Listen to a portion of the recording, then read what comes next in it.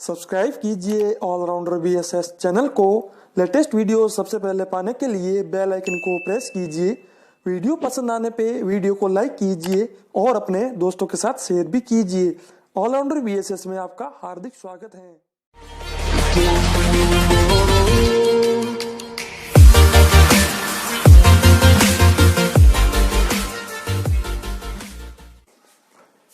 सो friends, allrounder BSS team की ओर से मैं बीएस सोलंकी आपका फिर से हार्दिक स्वागत करता हूं। तो आपकी साइंस की क्लास, मैथ की क्लास, इंग्लिश की क्लास, हिंदी क्लास सब चल रही है। बस स्टडी करनी है। 2 फरवरी को आपका एग्जाम है, अच्छे से देके आना है। तब तक के लिए हम आपके साथ रहेंगे, उसके बाद भी रहेंगे शायद, अगर आपका साथ रहा तो। चलिए, तो मैथ का नेक्स्ट चैप्टर जो मैंने आपको कल कहा था, 8th चैप्टर जो आपका है 8वां, वो है linear equation in one variable. Linear equation in one variable यानी कि एक चर की रैखिक समीकरण, ये चैप्टर है linear equation in one variable. एक चर की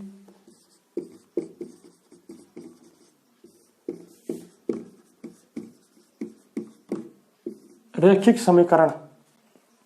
ओके, तो ये चैप्टर है आपका linear equation in one variable. देखिए, लीनियर का मतलब होता है लाइन। देखिए, ये शब्द किससे बना है? लाइन से। किससे बना है? लाइन से। अब लाइन जो होती है वो एक ही जगह पर सीधी सीधी चलती रहती है। मतलब कि ऐसी इक्वेशंस। अब देखिए, सबसे पहले तो हमें क्या चीज आनी चाहिए? इक्वेशन आनी चाहिए। इक्वेशन क्या होता है? इक्वेशन को क्या कहते हैं हम? समीकरण। क्या कहते हैं? समीकरण। कई बार बच्चों से पूछा जाता है कि बच्चों, इक्वेशन का मतलब क्या होता है? बच्चे कहते हैं समीकरण। बच्चों से पूछा जाता है, बच्चे समीकरण क्या होता है? Sir, equation. बस इतना ही जानते हैं, क्योंकि उसको बच्चा सोचता है कि मुझे हिंदी या इंग्लिश में पूछ रहे हैं। वो नहीं पूछ रहे इक्वेशन की डेफिनेशन क्या है, वो बताइए। डेफिनेशन क्या है? देखिए, इक्वेशन, इक्वे और सन। इक्वा जो शब्द है ये, इसका मतलब होता है इक्वल। क्या होता है? इक्वल। मतलब कि अब मैं इक्वेशन का मतलब आपको बताता हूं। इक्वेशन इस चीज को कहा जाता है जहां पर एक लेफ्ट हैंड साइड हो और एक राइट हैंड साइड हो, बीच में इक्वल का चिन्ह हो।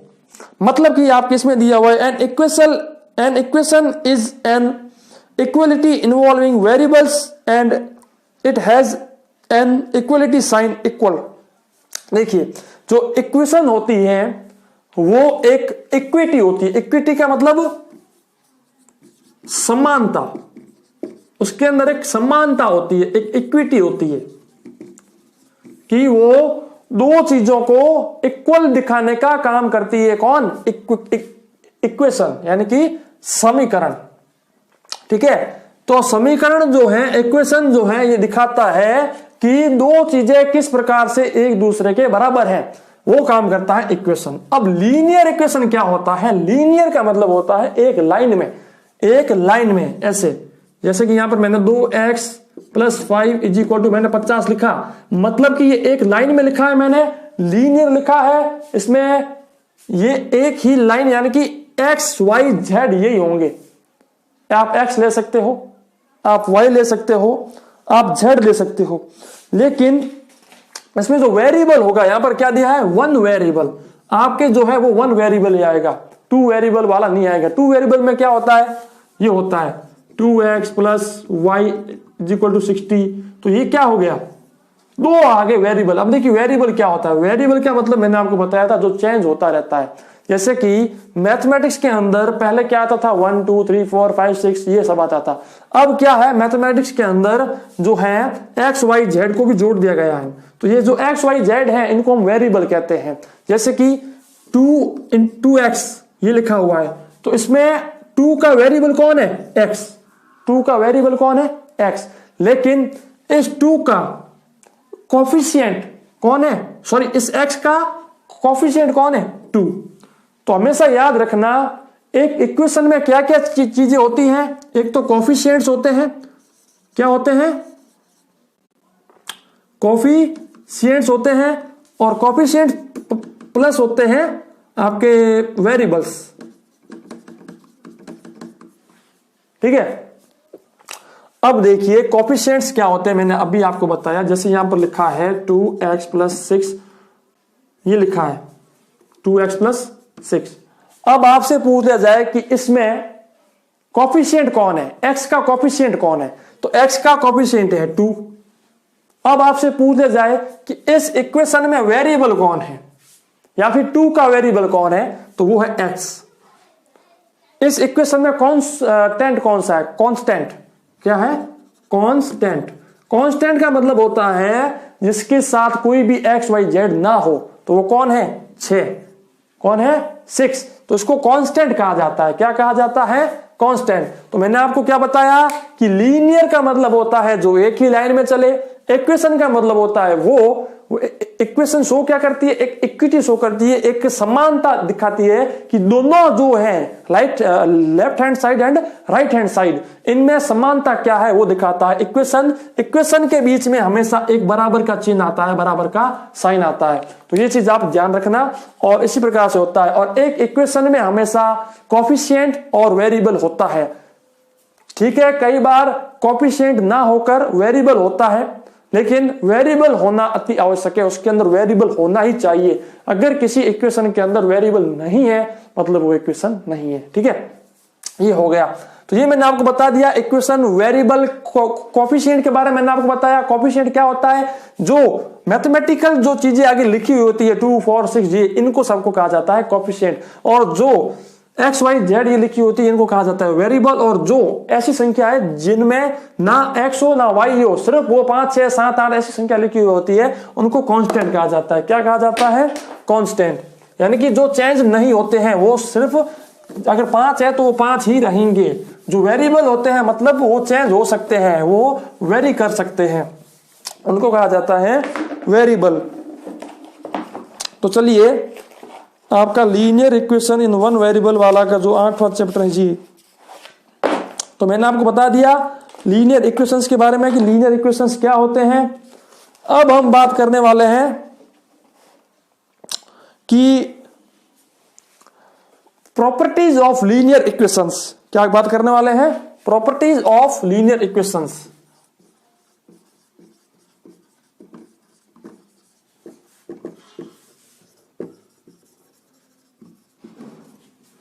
कई बच्चे कहते हैं कि सर हैंड राइटिंग थोड़ी अच्छी लिखो। देखिए हैंड राइटिंग मैं बहुत इंप्रूव कर सकता हूं, मैं यहाँ पर अच्छी लिख सकता हूं, लेकिन आपका सिलेबस पूरा करने के लिए मुझे एक वीडियो फास्ट पढ़ाना पड़ेगा। अगर फास्ट नहीं पढ़ाया तो आपका कोर्स वहीं का वहीं रह जाएगा, हो ही नहीं पाएगा पूरा। फिर आप कहोगे सर 2 फरवरी को एग्जाम है, कोर्स कराओ। तो कोर्स देखिए एक दिन में आधे घंटे की 40 मिनट की वीडियो जब पूरी होगी तो ही तो आपका कोर्स पूरा होगा। और अगर उस आधे घंटे में या 40 मिनटों में आपको धीरे धीरे पढ़ाऊंगा तो आपका एक दिन में एक चैप्टर भी पूरा नहीं होगा, ठीक है। तो आप थोड़ा कोशिश कीजिए मेरी हैंड राइटिंग को समझने की। और वैसे मैं जो बोलता हूं ना आप सिर्फ वो सुनते रहिए, मैं जो लिखता हूं ना वो पहले बोलता भी हूं, ठीक है। तो उस चीज पे आप ध्यान दीजिएगा। तो मैं आपको बता रहा था प्रॉपर्टीज ऑफ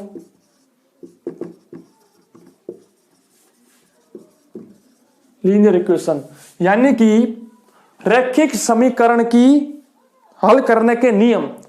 रैखिक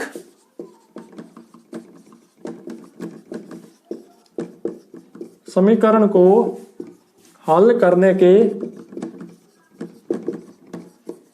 नियम। देखिए रैखिक समीकरण को हल कैसे किया जाता है, उनको सॉल्व कैसे किया जाता है, उसके रूल्स क्या है वो हम आपको बताएंगे। तो उसमें देखिए if same number is added और subtracted to both sides of an equation the equality remains the same.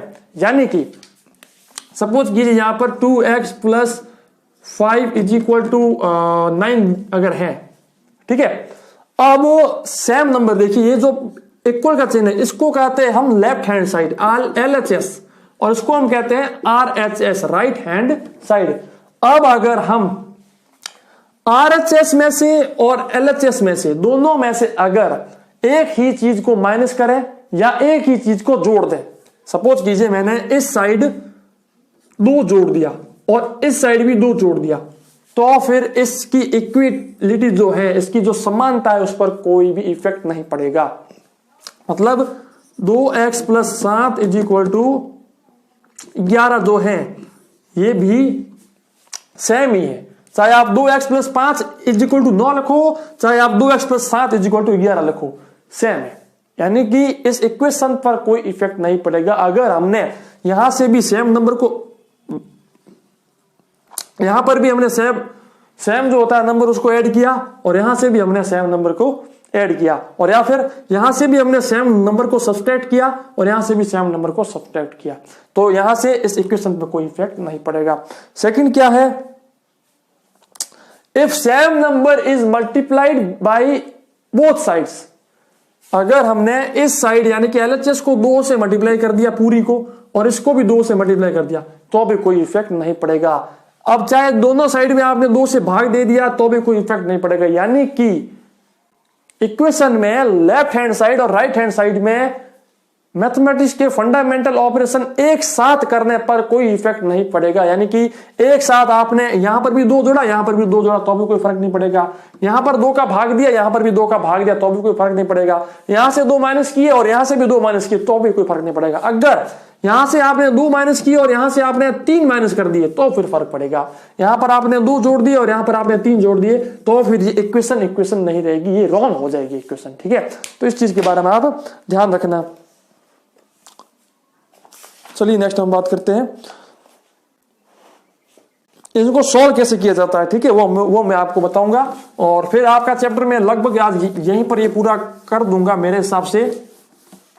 तो आप जो है इस चीज के बारे में थोड़ा ध्यान रखिएगा कि आपका जो सिलेबस है वो हम खुद पूरा करना चाहते हैं। आप ये बिल्कुल मत सोचिएगा कि आपका जो कोर्स है वो हम नहीं करना चाहते या फिर व्हाटएवर।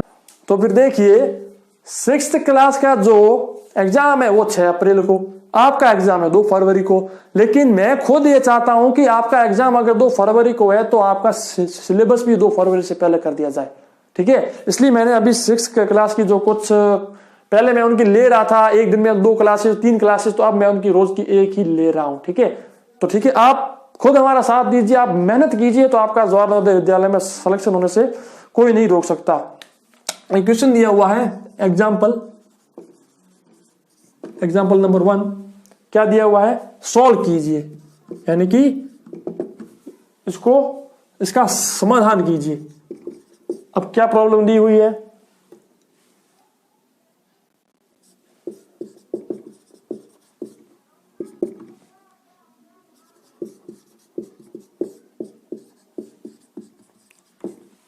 ये दिक्कत दी हुई है, ये 3 है। ठीक है, अब इसमें हमें सॉल्व करने का मतलब क्या है, हमें इसके अंदर x की वैल्यू निकालनी है, x का मान ज्ञात करना है। अब कैसे ज्ञात होगा, देखिए मैंने क्या कहा था, बीच में इक्वल का चिन्ह है, मतलब ये एक इक्वेशन है, यह एक समीकरण है। अब इस समीकरण को कैसे सॉल्व करेंगे, पहले हम इस से ब्रैकेट्स को सॉल्व करेंगे। क्या करेंगे, दोनों साइड के जो ब्रैकेट्स हैं उनको सॉल्व करेंगे। 2 इसके ब्रैकेट के अंदर जाता है, आया अंदर, तो 2 × x, 2x माइनस 2 × 3 6, फिर इसको भी से बंद कर दिया, माइनस का चिन्ह ले लिया।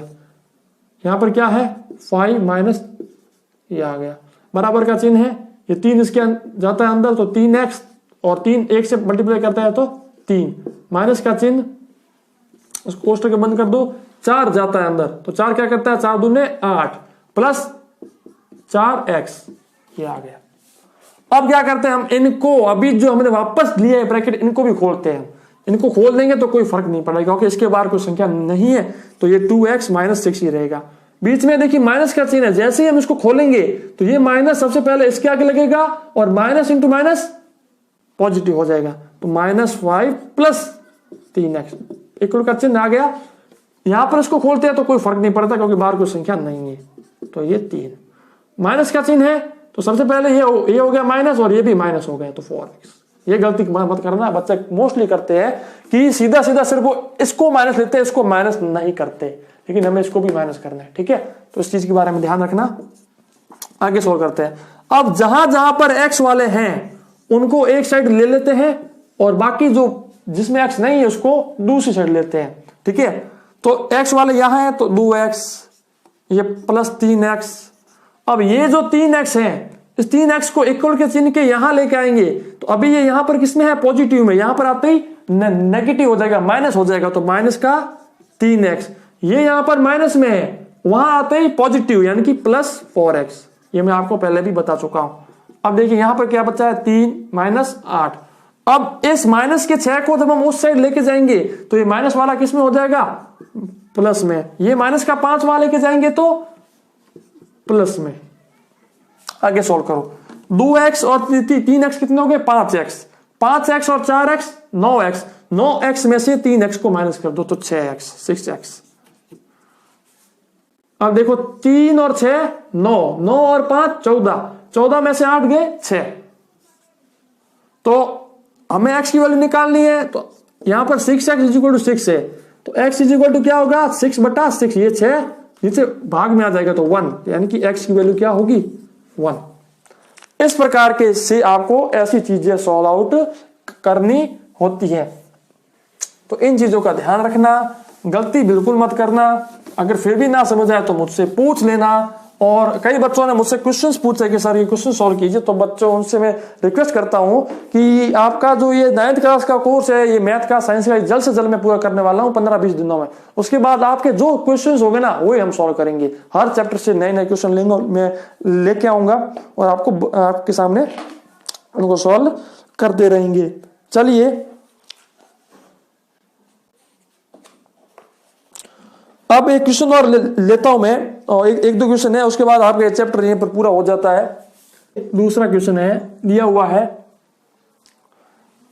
2x + 1 / 3x - 1 = 2x + 1 / 3x - 1। 3x + 2 है ना, 3x + 2। ओके, ये दिया हुआ है हमें, और हमें इसमें से x की वैल्यू निकालनी है। कैसे निकालेंगे, देखिए इनको पहले तो आप ब्रैकेट में ले लो, क्योंकि ताकि आपसे कोई गलती ना हो। ले लिया ब्रैकेट में। अब नियम ये कहता है कि आप इसको, अगर दोनों अंश जो होते हैं, दोनों अंश का मतलब नोमिनेटर जो अगर सेम हो तो आप उसको सीधा वहां से काट सकते हो, यानी कि वहां पर 1 आ जाएगा। अगर हम यहां से इसको काटते हैं तो काटने के बाद, चलिए मैं काट के आपको दिखाता हूं। मान लीजिए मैंने इसको काट दिया दोनों को, यहां पर 1 आ गया। फिर हम क्या करते हैं, इसमें एक प्रोसेस होती है क्रॉस मल्टीप्लीकेशन, यानी कि इसको इससे मल्टीप्लाई कर दो, इसको इससे मल्टीप्लाई कर दो। चलो हम कर लेते हैं 2x + 1, सॉरी यहां पर तब 1 आ चुका है, तो 1 × 3x + 2, बीच में चिन्ह कौन सा था, इक्वल का, और यहां पर 1 था, और 1 × 3x - 1। अब देखिए ये 1 तो 1 का कोई मतलब ही नहीं है, चाहे किससे भी मल्टीप्लाई कर दो। 3x, तो ये 3x वाला यहां पर लेके आते हैं हम, तो 3x - 3x हो जाएगा, क्योंकि यहां पर प्लस था, वहां पर माइनस हो गया। यहां पर एक माइनस था और इस 2 को वहां लेके जाते तो -2 हो गया। अब ये 3x में से 3x गया, पीछे बचा 0 = -3। तो ये इक्वेशन सॉल्व नहीं हो रही, यहां पर इक्वेशन यहां पर सॉल्व नहीं हो रही है। इसीलिए अगर ऐसे इक्वेशन सॉल्व ना हो तो आपको यहां से काटना नहीं है। क्या नहीं करना है, काटना नहीं है, इसको टोटल सॉल्व करना पड़ेगा। अब क्या करना पड़ेगा, सीधा ये कर दो, क्रॉस मल्टीप्लिकेशन किया तो 2x + 1 × 3x + 2 = 2x + 1 × 3x - 1। इस प्रकार से ये आ रहा है। अब देखिए यहां पर हम चाहे तो सीधा 2x + 1 को 2x + 1 से काट दे, बात होगी वो आएगी, लेकिन हमें अभी काटना नहीं है। हमें क्या करना है, इनको सॉल्व करना है। ये दोनों आपस में मल्टीप्लाई करेंगे। सबसे पहले ये इससे मल्टीप्लाई करेगा, फिर ये इससे मल्टीप्लाई करेगा, फिर ये एक इससे मल्टीप्लाई करेगा, फिर ये एक इससे मल्टीप्लाई करेगा। ऐसे कैसे, ये 2x पहले इससे मल्टीप्लाई करेगा, फिर इससे मल्टीप्लाई करेगा, फिर ये 1 इससे करेगा, फिर ये 1 इससे भी करेगा। इस प्रकार से हमें इसको सॉल्व करना है। तो पहले 2x 3x से करता है तो क्या आता है, 6x², 2 × 3 6, x × x x², और फिर इससे करता है तो प्लस 2 × 2 4 और x। एक से एक को इससे किया, क्या आ गया, प्लस का 3x। एक को 2 से किया तो प्लस का 2, बीच में चिन्ह कौन सा, इक्वल का। फिर ये करो, 2x को 3x से किया तो 6x², 2x को -1 से किया तो -2x, एक को 3x से किया तो प्लस 3x और एक को -1 से किया तो -1। ये हो गया, ये मल्टीप्लीकेशन करना है और कुछ नहीं है। अब आगे क्या है देखिए, यहां पर x स्क्वायर है, यहां पर भी x स्क्वायर है, तो x स्क्वायर वालों को एक साइड ले लेते हैं, इसको यहां लेके आते हैं हम, तो 6x square minus 6x square, क्योंकि ये यहां पर था किसमें, पॉजिटिव में, यहां पर माइनस में हो गया, प्लस 4x और 3x 7x, तो 7x प्लस 2 इक्वल में क्या आ गया, 3x में से 2x गए 1x, तो 1x यानी कि x माइनस का 1। ठीक है, 6x स्क्वायर में 6x स्क्वायर कट हो गया, 7x plus 2 is equal to, अब क्या बचा पीछे, 7x plus 2 is equal to x minus 1, ये बचा। अब इसके बचने के बाद हम क्या करते हैं, x वालों को एक साइड ले लेते हैं और जो x नहीं है उसको दूसरी साइड ले लेते हैं, तो 7x, ये x यहां आया तो माइनस का हो गया, इज इक्वल टू, वहां पर माइनस का 1 था और ये 2 था, वो वहां गया तो माइनस का 2 हो गया।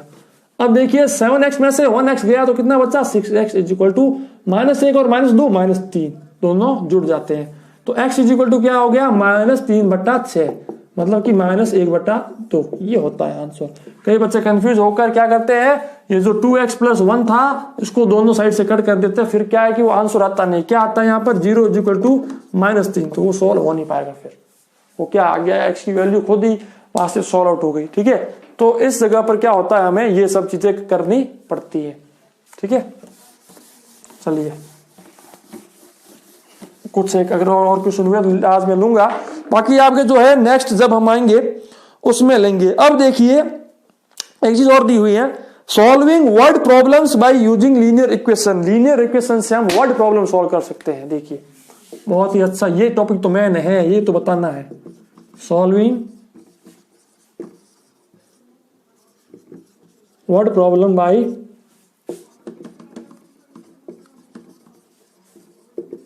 लीनियर इक्वेशन, यानी कि लीनियर इक्वेशन से, रैखिक समीकरण से वर्ड प्रॉब्लम, यानी कि इसको हिंदी में कहा जाता है शाब्दिक, जो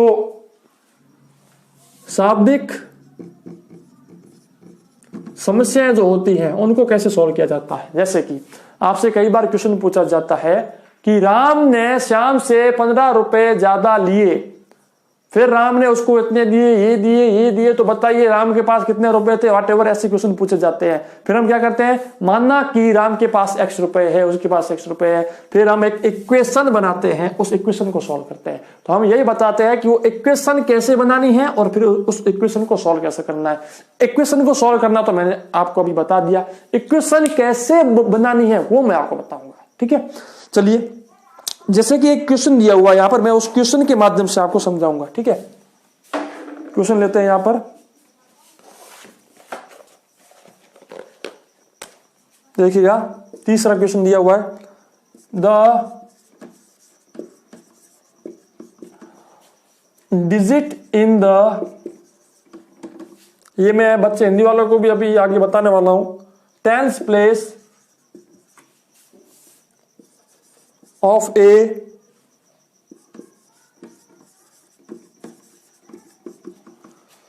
two-digit number is 3 more than the digit in the units place. Let the digit at units place be B, then the number is what? देखिएगा क्या प्रश्न दिया हुआ है, मैं आपको एक बार समझाने की कोशिश करता हूं। The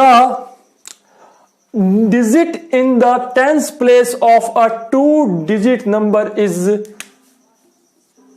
okay more than the digit in the units place. Let the digit be at units place B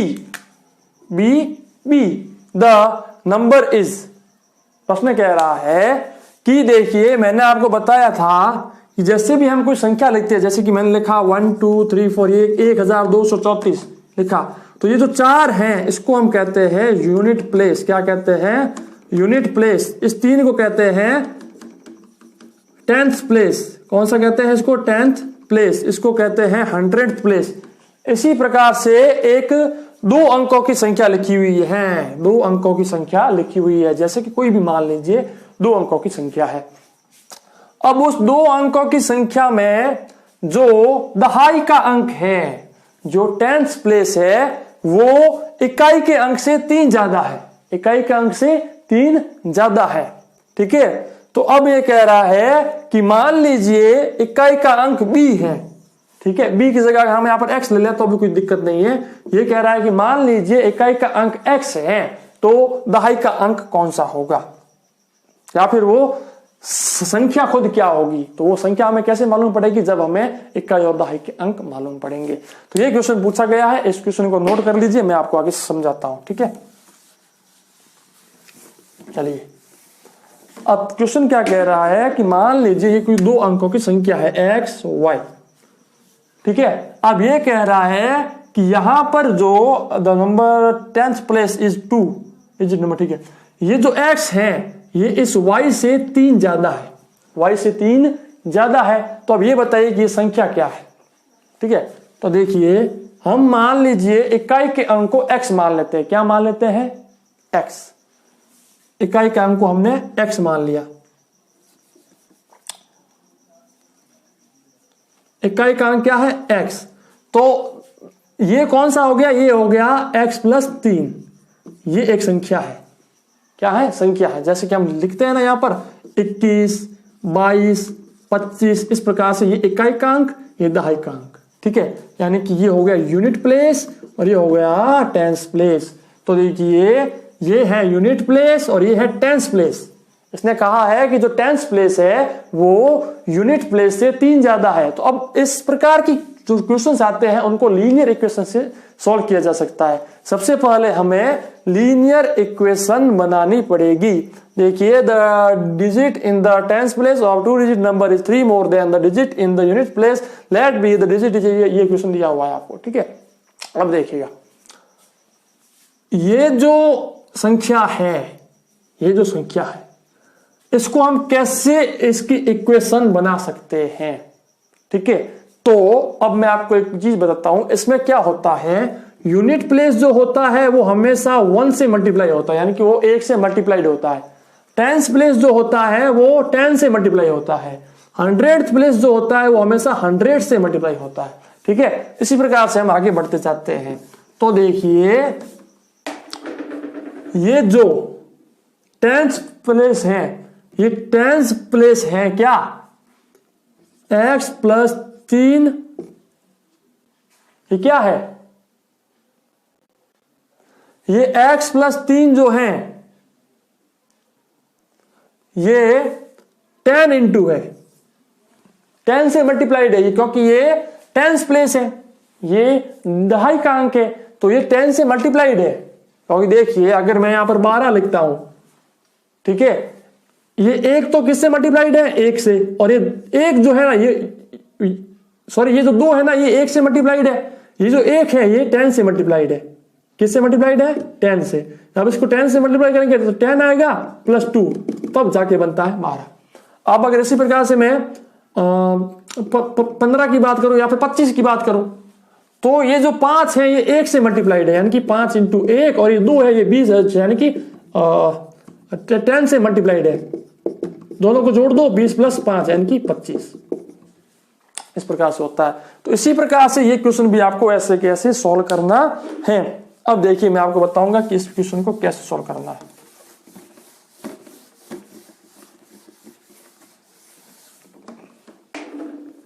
देखिएगा हमें क्या कहा गया है कि जो यूनिट प्लेस है, सॉरी जो 10th प्लेस है वो यूनिट प्लेस से 3 ज्यादा है। कितना ज्यादा है? 3। तो हमने माना, हमने एज्यूम किया कि जो टेंस प्लेस है या फिर जो यूनिट प्लेस है वो x, हमने माना x, ठीक है। अब जो है हमारा जो टेंस प्लेस होगा वो क्या होगा, x प्लस 3, और क्या होगा, क्योंकि वो x से 3 ही तो ज्यादा है। देखिए इसमें दिया हो ना कि वो x से 3 ज्यादा है। अब जब देखिए वो x से जब 3 ज्यादा है, x से 3 ज्यादा है, तो जो दहाई का अंक होगा वो क्या होगा, वो ये नहीं होगा। वो दहाई का अंक क्या होगा, मैंने क्या कहा, 10 से मल्टीप्लाई होगा, तो 10 से मल्टीप्लाई 3 प्लस x, ये होगा दहाई का अंक, ये होगा टेंस प्लेस। क्योंकि देखिए आप खुद जानते हो यूनिट प्लेस से वो 3 ज्यादा है, ठीक है, लेकिन जब हम उसको जोड़ेंगे इस प्रकार से, उसके अंदर 3 को भी, सॉरी, हम x को भी जोड़ेंगे, इस प्रकार से जो है वो अंक बन जाता है। ओके, तो इस प्रकार से वो अंक है जो बन जाता है। अब इसको जोड़ते हैं, हम लेके आते हैं 30 plus 10x plus x is equal to 30 plus 11x, ये होती है वो संख्या, ये संख्या होती है। तो हमारा जो आंसर होगा वो ये होगा। हम इसका एक्यूरेट आंसर नहीं निकाल सकते क्योंकि जो हमें डाटा दिया हुआ है वो डाटा इम्प्रॉपर है, यानी कि पूरा डाटा नहीं दिया हुआ है। अगर थोड़ी सी अगर एक लाइन और दे दी जाती लाइन में उस क्वेश्चन में, तो हम इसका एकदम परफेक्ट आंसर निकाल सकते थे। लेकिन अभी हाल फिलहाल हमारा जो आंसर है वो है 30 प्लस 11b। अगर ये क्वेश्चन अभी तक आपको समझ में नहीं आया हो तो आप मुझसे पूछ सकते हैं। ऐसे ही क्वेश्चन आपको सॉल्व करने हैं, किसी को x, एक को x मान लेना है, और फिर वो जो क्वेश्चन जो हमसे कहता है, जिस प्रकार से वो क्वेश्चन अपनी कंडीशन बताता है, उस कंडीशन के हिसाब से हमें वो क्वेश्चन सॉल्व कर देना है। तो आज की ये क्लास यहीं पर पूरी करता हूं। ऐसे क्वेश्चंस मैं आपको दे रहा हूं नीचे पीडीएफ फाइल का लिंक, आप सॉल्व करने की कोशिश कीजिएगा। अगर ना आए तो आप मुझसे पूछिएगा, व्हाट्सएप पे उसका फोटो खींच के भेजिएगा, मैं जल्द से जल्द उसका सॉल्व करके वीडियो बनाऊंगा और आपके तक भेज दूंगा। नेक्स्ट चैप्टर हमारा होगा लाइंस एंड ट्राइंगल्स, ठीक है। तो ऑलराउंडर वीएसएस टीम की ओर से मैं बीएस सोलंकी आपका फिर से हार्दिक स्वागत करता हूं। धन्यवाद।